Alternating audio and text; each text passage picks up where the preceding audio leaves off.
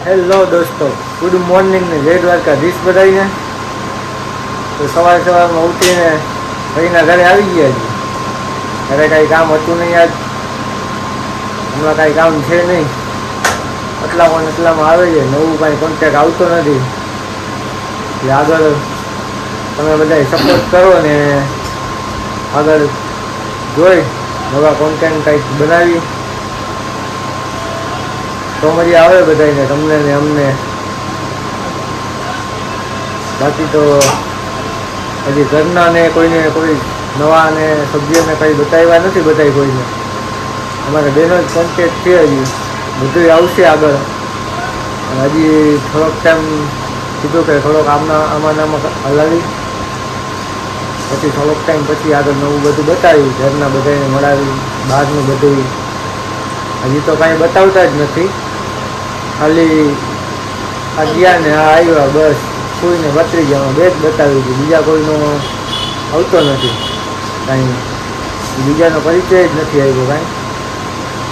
જોઈ મુલાકાત કરાવશું તમને, અમારા ઘરના સદસ્ય જોડે બધે જોડે મુલાકાત કરાવશું.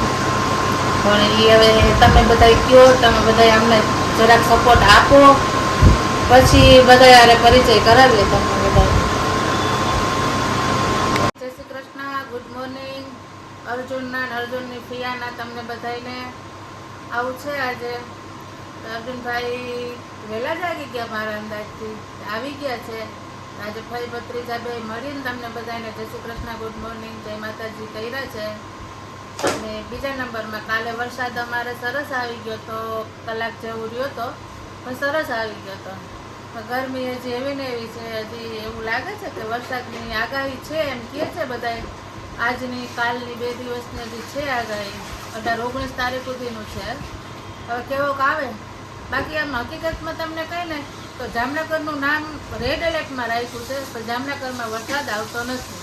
ખબર નહીં હવે એવી રીતે કેમ થાય છે. અને મારા અંદાજથી મને એવું લાગે છે કે અર્જુનભાઈ ફોન પકડી રહ્યા છે અને એનો હાથ દુખે છે, એટલે હવે આપણે વિરામ લઈએ, ફોનને છોડી દઈએ. બાય. નહીં. હેલો ફ્રેન્ડ્સ, તો નિંદર કરીને પાછા ઉઠી ગયા છીએ. હવે નાહી ધોઈ લીધું છે, ચા પાણી પી લીધા છે. મેં કીધું પછી ડાયરેક્ટ મળીએ. એ ગામમાં જવાનું છે, કામ હતું એક, તો જઈ આવી ગામમાં. અને કાલ રાતે કેક કટિંગ કર્યું નહોતું, એ કેક આપણા ઘરે પડ્યું છે, તો એ લઈ જવાનું છે અત્યારે. તો લઈ જાય ક્યારે કેક કટિંગ કરી. એક ભાઈબંધનો બર્થડે હતો આજ, તો એ કરવાનું છે આજ. ગામમાં આટો મારીને તળાવની વારે પહોંચ્યા છીએ, બેઠા છીએ ત્યાં. ફ્રેન્ડ ભેગો છે, આ તળાવની બહાર છે, લાખોટા કહેવાય. Gate number 2.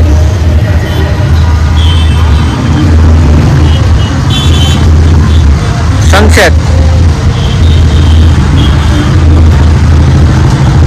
હજી તો કામ ચાલુ છે, બને છે પછી.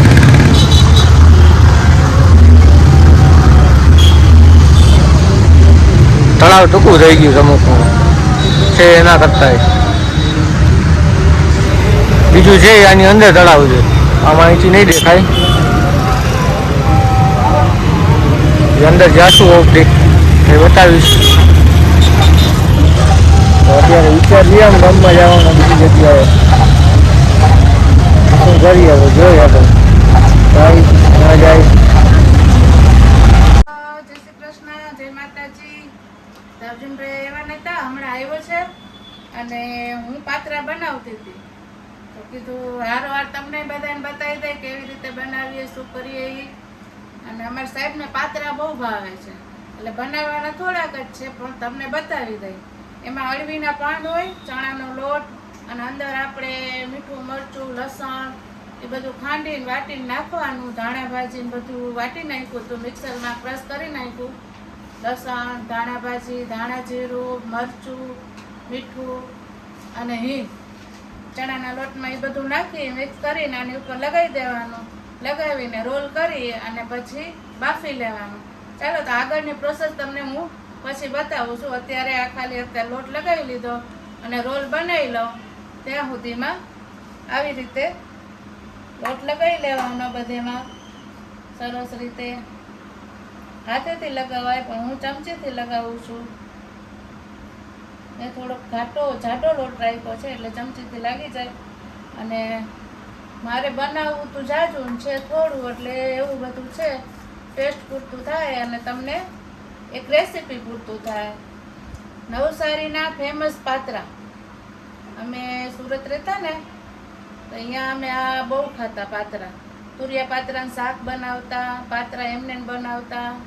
એટલે આજે અમારા મિસ્ટરને યાદ આવી ગયું પાત્રાનું, એમને ક્યાંક પાન જોઈ લીધા હશે તો કે તું મને બનાવી દે. એટલે એવું બધું છે.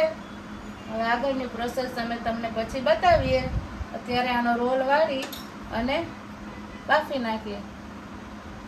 અને છે ને આવી રીતે રોલ વાળી લેવાનો, પછી એને વચ્ચેથી 2 ભાગ કરી દેવાના, 2 ટુકડા, એટલે સરસ મજાનું થઈ જાય.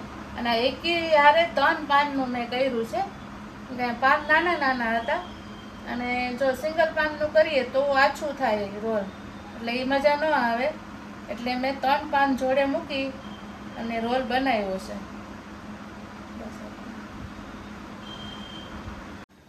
આ રીતના આપણે આ જે અળવીના પાનના ઢોકળા છે એને આવી રીતે સ્ટીમ કરવાના હોય. આમાં નીચે પાણી ભરવાનું તપેલીમાં, અને પછી ઉપર ચાયણી છે, ભાતિયું છે. મારે એ અત્યારે બહાર નહોતું, બધું અંદર પડ્યું છે ને વસ્તુ ઓછી છે, એટલે મેં જાડો મૂકી દીધો તપેલીની ઉપર અને આની ઉપર ડીશ ઢાંકી દીધી હતી. એટલે હવે લગભગ બધા એ બફાઈ ગયા હોય એવું લાગે છે. અને એને આવી રીતે ચેક કરી લેવાના.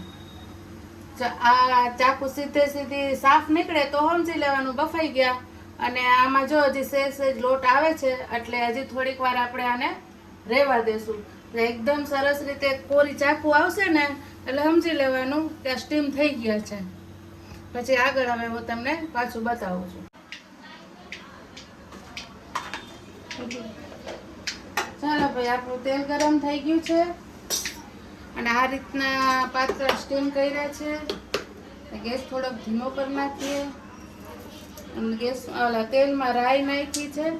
અને હવે કઢી પત્તા, મીઠો લીમડો અને જોડે મુઠ્ઠી તલની. અને હવે આપણે આપણા પાત્રા નાખી દઈએ.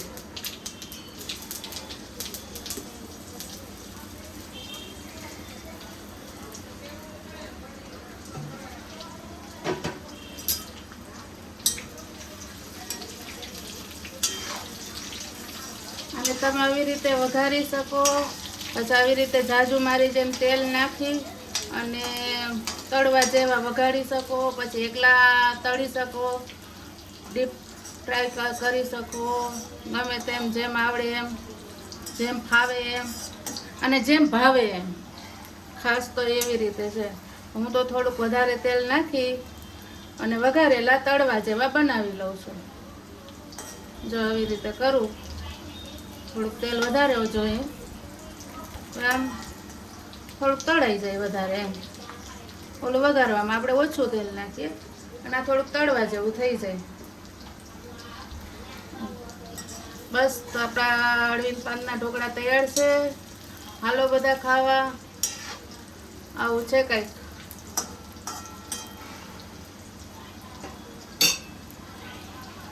ચાલો ભાઈ, તો હવે આપણા પાત્રા તૈયાર થઈ ગયા છે.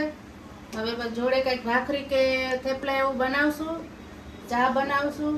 અને હવે આજ માટે તમને બધાને જય શ્રી કૃષ્ણ, જય માતાજી અને ગુડ નાઇટ. કાલે નવા દિવસના મળીએ. અને જો કોઈ નવા હો તો અમને લાઈક કરો, ફોલો કરો અને સબસ્ક્રાઈબ કરો. અને અમને બધાને સપોર્ટ કરો. Bye bye.